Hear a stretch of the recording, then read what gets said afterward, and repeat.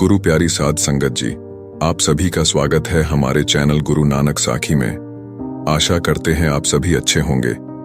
आज की वीडियो में हम बात करने वाले हैं कि सबसे बड़ा दानी कौन होता है। ये बात हम एक कहानी के माध्यम से जानेंगे। तो चलिए ज्यादा देर ना करते हुए आज की यह वीडियो शुरू करते हैं। एक राजा था विक्रमादित्य। एक बार उसने महाभोज का आयोजन किया। भोज के दौरान चर्चा होने लगी कि इस पृथ्वी पर सबसे बड़ा दानी कौन है। लगभग सभी लोग राजा विक्रमादित्य को सबसे बड़ा दानी मान रहे थे। तभी राजा विक्रमादित्य की नजर एक पंडित पर पड़ी। उसके चेहरे के भाव से लग रहा था कि उसके मन में कुछ और ही चल रहा है। राजा ने उस पंडित जी से उनके विचार पूछे। पंडित जी कहने लगे कि महाराज, मैं दुविधा की स्थिति में हूं। महाराज, अगर मैं सबकी हाँ में हाँ मिलाता हूं तो मैं झूठ बोलने के पाप का भागीदार बनता हूं, और अगर मैं सच बोलता हूं तो मुझे राजा के कोप भाजन का डर सता रहा है। उसका उत्तर सुनकर राजा विक्रमादित्य की जिज्ञासा बढ़ गई और वह कहने लगे कि तुम निर्भय होकर अपना विचार रख सकते हो, तुमको किसी तरह का दंड नहीं दिया जाएगा।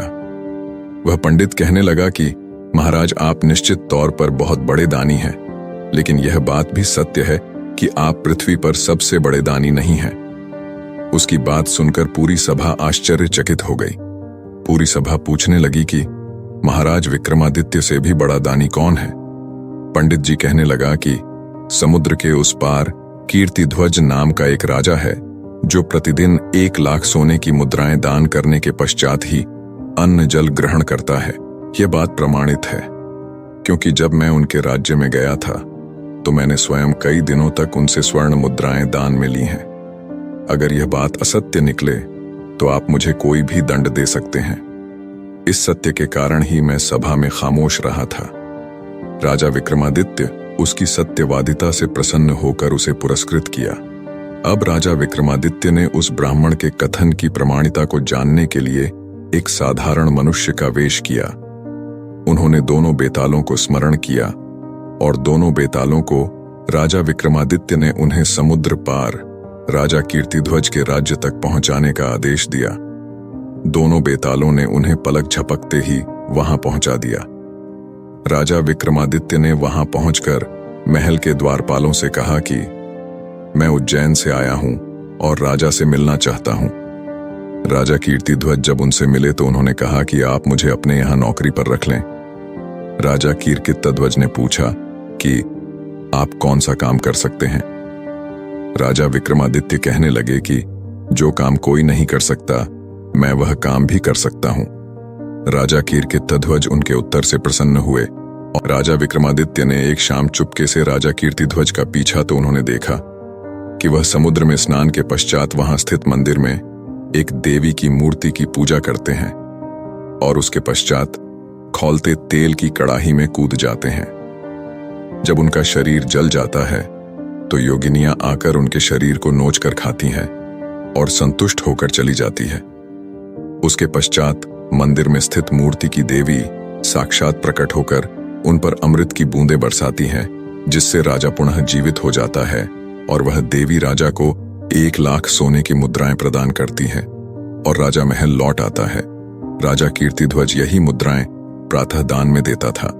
अब राजा विक्रमादित्य राजा कीर्तिध्वज के 1 लाख सोने की मुद्राएं दान करने का रहस्य जान चुके थे। अगले दिन जब राजा कीर्तिध्वज स्वर्ण मुद्राएं लेने के लिए समुद्र पर स्थित मंदिर में पहुंचे तो राजा विक्रमादित्य भी उनके पीछे पीछे पहुंच गए। जब राजा कीर्तिध्वज ने देवी की पूजा अर्चना की, स्वयं को जलते हुए तेल में डाला, उसके पश्चात योगिनियां आईं और देवी ने उन पर अमृत छिड़का और वह अपनी स्वर्ण मुद्राएं देवी से प्राप्त करने के पश्चात वापस लौट गए। राजा विक्रमादित्य ने भी स्नान कर देवी की मूर्ति की आराधना की और जलते हुए तेल की कड़ाही में कूद पड़े। योगिनियों ने आकर उनके शरीर को नोचकर खाया और चली गई। उसके पश्चात देवी ने उन पर अमृत की बूंदें छिड़काव कर जीवित कर दिया और उन्हें स्वर्ण मुद्राएं प्रदान की। राजा विक्रमादित्य ने मुद्राएं लेने से मना कर दिया और कहने लगे कि आपकी कृपा ही मेरे लिए सर्वश्रेष्ठ है। राजा विक्रमादित्य ने 7 बार इस विधि को दोहराया। 7वीं बार देवी कहने लगी कि पुत्र, तुम मुझसे मनवांछित वर मांग सकते हो। वह यही तो चाहते थे कि देवी उन्हें मनवांछित फल मांगने के लिए कहे। देवी के मुख से मनवांछित वर मांगने की वाणी सुनकर राजा विक्रमादित्य ने उनसे वह थैली ही मांग ली जिससे स्वर्ण मुद्राएं निकलती थीं। देवी ने उन्हें वह थैली प्रदान दी। देवी ने जैसे ही राजा विक्रमादित्य को स्वर्ण मुद्राएं प्रदान की, वैसे ही देवी की प्रतिमा, मंदिर सब कुछ आलोप हो गया। अगले दिन जब राजा कीर्तिध्वज वहां देवी की पूजा अर्चना करने गया तो वहां सब कुछ गायब देखकर आश्चर्यचकित रह गया। राजा निराश होकर अपने महल लौट आया। उसका कई वर्षों से चला आ रहा 1,00,000 स्वर्ण मुद्राएं दान करने का नियम अब पूर्ण नहीं हो पाया था। इसलिए राजा ने अन्न जल ग्रहण नहीं किया और उनका शरीर क्षीण हो गया। राजा विक्रमादित्य से उनकी यह स्थिति देखी नहीं गई और वह राजा कीर्तिध्वज के पास पहुंचे और उनकी परेशानी का कारण जानना चाहा। राजा कीर्तिध्वज ने उन्हें सारी बात बता दी।